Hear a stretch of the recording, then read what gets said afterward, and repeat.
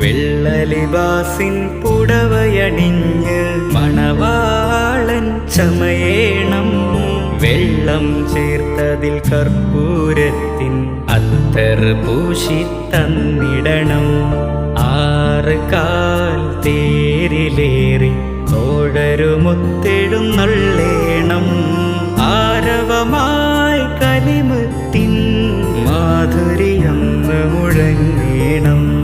വെള്ളലിബാസിൻ പുടവയണിഞ്ഞ് മണവാളൻ ചമയേണം.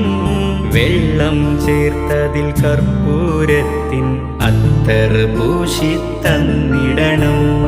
ഓ